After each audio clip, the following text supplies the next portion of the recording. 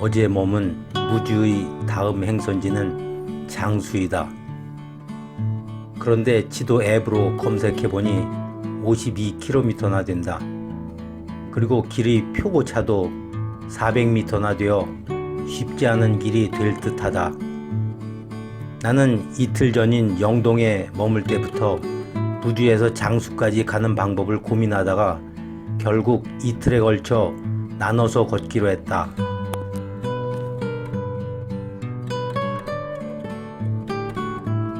적당한 중간 지점을 찾는데 무주 안성 터미널이 있는 곳이 눈에 띈다.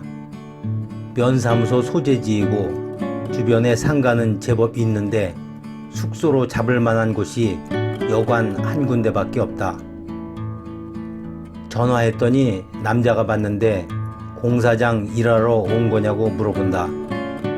내가 도보여행 중이라고 했더니 3만 원만 내고 입실 시간은 제한이 없으니 아무 때나 오라고 했다. 나는 그렇게 하겠다고 대답하고 예약을 부탁했다.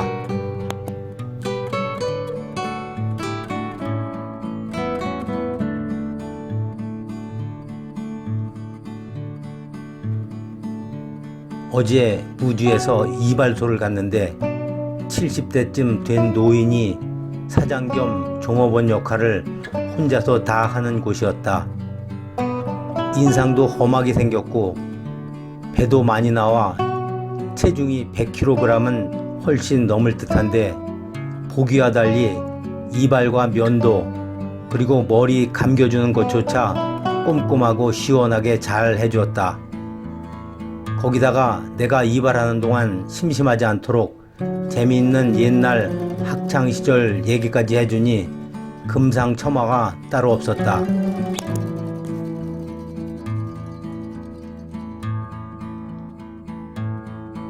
그리고 평생을 무주에서만 살아와서 무주 지역에 대해서는 모르는 게 없다고 자랑한다.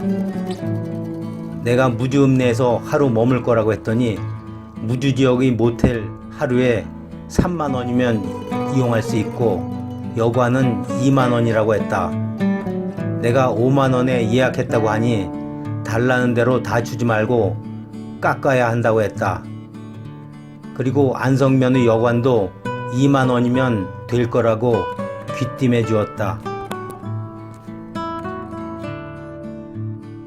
오늘의 목적지인 안성면까지는 거리가 20km 정도로 가깝지만 오전 12시경에 비가 온다는 예보가 있어 비 내리기 전에 도착하기 위해 이른 시간인 6시 30분경 무주읍 숙소를 나왔다.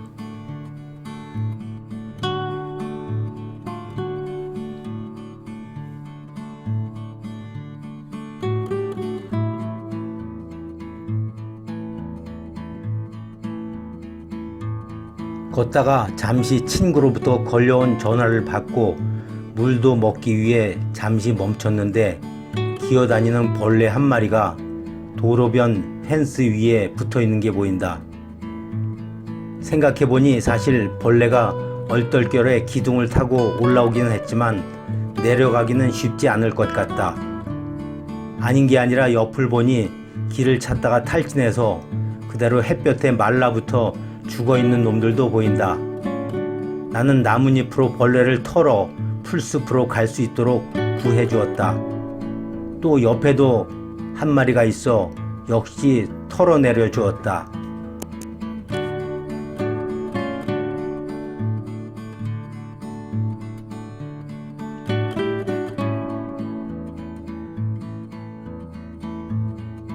또 얼마 지나다 보니 이번에는 뱀이 웅크리고 있다. 어쩌다 도로 중앙 쪽으로 가면 지나가는 차에 치일 수밖에 없을 것이고 콘크리트 펜스 때문에 혼자 올라가 밖으로 탈출하기도 쉽지 않을 것 같다. 나는 이번에도 구해주기로 하고 우선 나뭇가지로 건드려 보았다. 그런데 아무 반응이 없다. 그 상태로 이미 죽어버린 것이었다. 나는 나뭇가지로 뱀을 들어서 그 뱀이 살아있을 때 편안하게 느낀 곳이었을 풀이 있는 곳으로 옮겨주었다.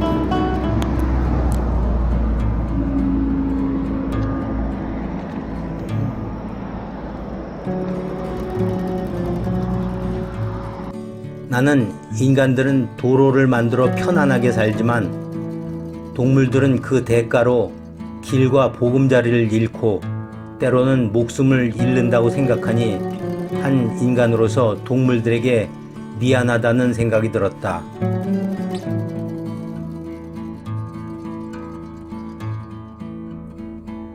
오전 10시가 될 무렵 비가 오기 시작한다. 나는 우산을 펼쳐들고 걸었다.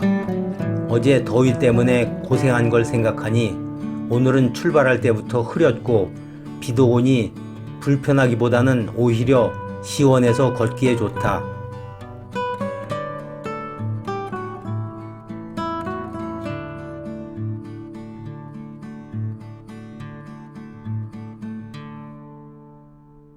안성면에 도착해 시계를 보니 오전 11시이다. 나는 인근 식당으로 가서 내가 좋아하는 순대국밥을 시켜 맛있게 먹고 예약한 여관으로 갔다. 도착해보니 내가 전화했을 때 받은 남자 대신 부인인 듯한 중년 여성이 35,000원을 내라고 한다. 내가 3만원에 해주기로 해서 왔다고 했더니 잠시 생각하는 듯 하다가 인심 쓰듯 3만원에 해주겠다고 했다. 결국 내가 숙박비를 깎기는커녕 더 내지 않은 게 그나마 다행이었다.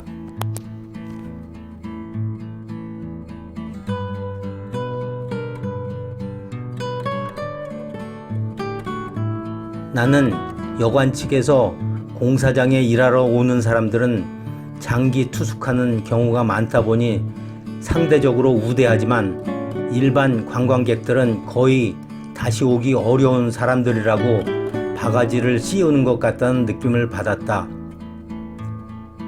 내가 깎는 데는 별로 소질이 없는 사람인데 앞으로 도보 여행하면서 그런 숙박업소 주인들을 또 얼마나 많이 만날까 생각하니 살짝 걱정이 되기도 한다.